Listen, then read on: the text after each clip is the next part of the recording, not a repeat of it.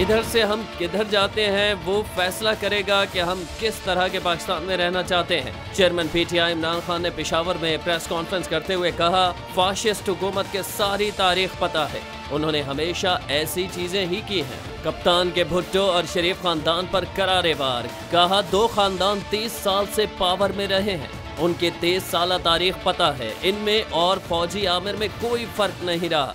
ये वही हरबे इस्तेमाल कर रहे हैं जो आमिर इस्तेमाल करते हैं, ये आमिरों जितने ही गैर जमहूरी हैं। कहा इन दोनों खानदानों ने जमहूरियत की इस तरह धज्जियां उड़ाई हैं जो आमिरों ने उड़ाई हैं। जब ये अपोजिशन में होते हैं तो इन्हें जमहूरियत याद आ जाती है।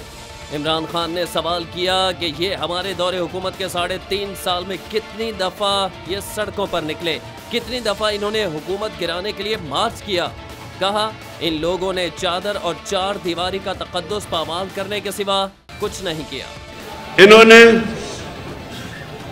अपने दौर में हमारे 3.5 साल में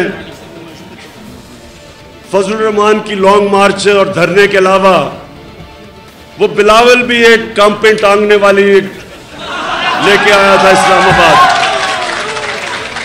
उसके बाद मरियम ने भी कोई लॉन्ग मार्च की थी जिसका पता ही नहीं चला कि वो किधर से शुरू हुई किधर खत्म हुई।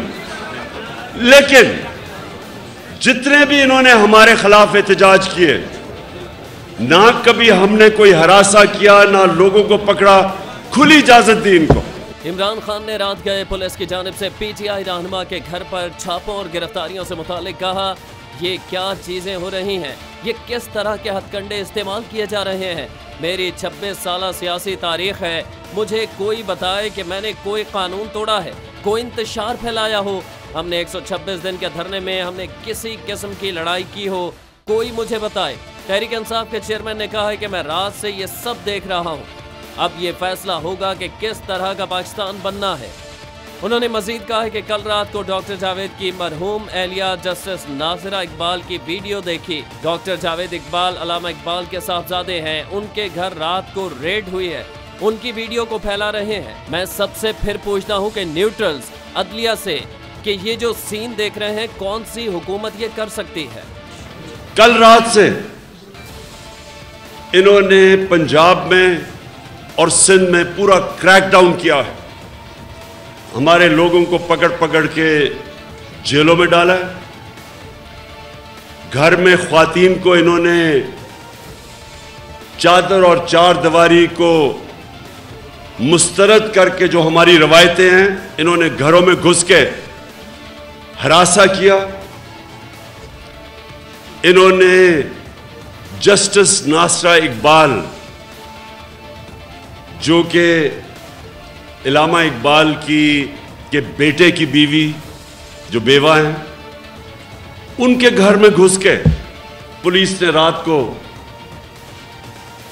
जो हरकतें की, उनकी वीडियो चल रही है अभी जस्टिस नाज़िरा इकबाल की। एक आर्मी मेजर रिटायर्ड, उसकी बीवी और बच्ची की 10 साल बच्ची की वीडियो चल रही है। जिस तरह के कोई मुजरिम है इस कौम के, जिस तरह के हम कोई गद्दारी कर रहे हैं कौम से। इमरान खान का कहना था कि हम 2 तरफ जा सकते हैं, क्या हम इसको कानून की हुक्मरानी मानने वाले अजीम लीडर कायद आज़म का पाकिस्तान बनाना चाहते हैं, जिनके बारे में मुखालिफिन भी उन्हें कहते थे कि वो कानून के दायरे में रहते हैं, या ये चोर डाकुओं का पाकिस्तान जिस पाकिस्तान के 60% काबीना मुजरिमान पर मुश्तमिल है, इनमें से 60% जमानतों पर है। चेयरमैन तहरीक इंसाफ ने जमानतों पर रिहा शहबाज शरीफ और हमजा शहबाज को भी खूब आड़े हाथों लिया।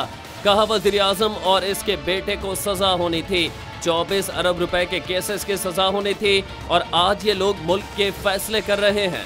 उनका कहना था कि मेरा सवाल सबसे है, वो इदारे जिन्होंने मुल्क के फैसले करने हैं, मैं अपनी अदलिया से कहता हूँ ये आज आपका ट्रायल है, सारी कौम आपके फैसलों की तरफ देखेगी। अगर आपने इस वक्त मुल्क की जमहूरियत को तहफ़्फ़ुज़ ना दिया, ये आज मैं पाकिस्तान की अदलिया को कहता हूं कि आपका भी इम्तिहान है। पाकिस्तान की पुलिस जिस तरह की आपने हरकतें की, ये आपका इम्तिहान है कि कौन से आप में से कानून पे चलते हैं और कौन सी पुलिस गैर कानूनी इन करप्ट लोगों के ऑर्डर्स पे गैर कानूनी चीजें कर रही।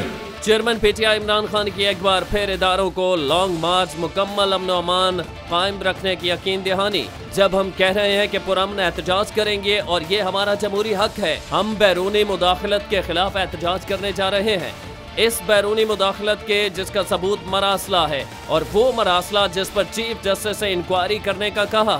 कौमी सलामती कमेटी में साबित हुआ कि हमारी हुकूमत गिराने के लिए बैरूनी मुदाखलत हुई। इमरान खान ने कहा कि इन लोगों को लाया गया है जो इस मुल्क के 30 साल के मुजरिम हैं। 30 साल से ये लोग मुल्क को लूट रहे हैं। तो मेरा सवाल ये है कि क्या हमें ये इतना गुलाम समझते हैं कि कौम के साथ इतना बड़ा जुल्म हो और हमें इस्लामाबाद में एहतजाज तक करने की इजाजत नहीं है।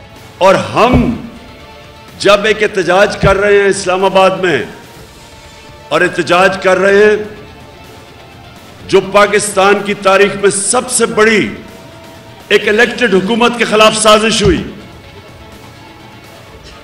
अमेरिका में बैठ के साजिश की, वो लंदन में बैठा हुआ नवाज शरीफ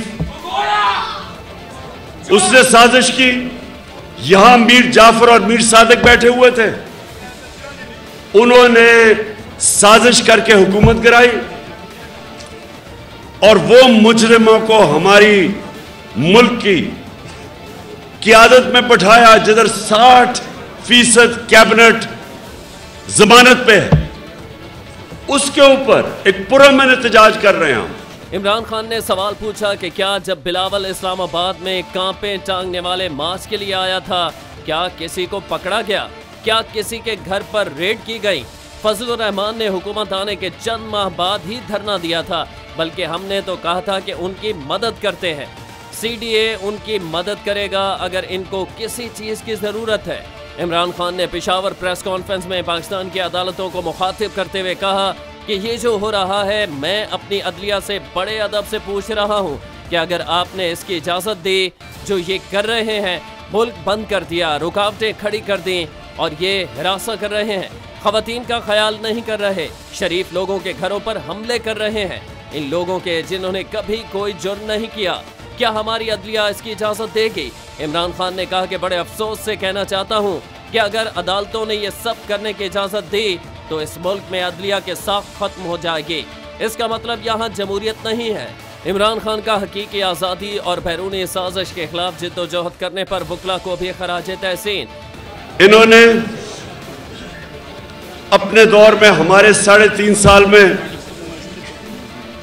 फजलुर रहमान की लॉन्ग मार्च और धरने के अलावा वो बिलावल भी एक कांपे टांगने वाली लेके आया था इस्लामाबाद। उसके बाद मरियम ने भी कोई लॉन्ग मार्च की थी जिसका पता ही नहीं चला कि वो किधर से शुरू हुई किधर खत्म हुई। लेकिन जितने भी इन्होंने हमारे खिलाफ एहतजाज किए, ना कभी हमने कोई हरासा किया, ना लोगों को पकड़ा, खुली इजाजत दी इनको। हमने कहा इनका जमहूरी हक है। और हम जब एक एहतजाज कर रहे हैं इस्लामाबाद में और एहतजाज कर रहे हैं जो पाकिस्तान की तारीख में सबसे बड़ी एक इलेक्टेड हुकूमत के खिलाफ साजिश हुई। चेयरमैन पीटीआई ने इदारों को पैगाम दिया कि इस वक्त किसी के लिए न्यूट्रल रहने की गुंजाइश नहीं है।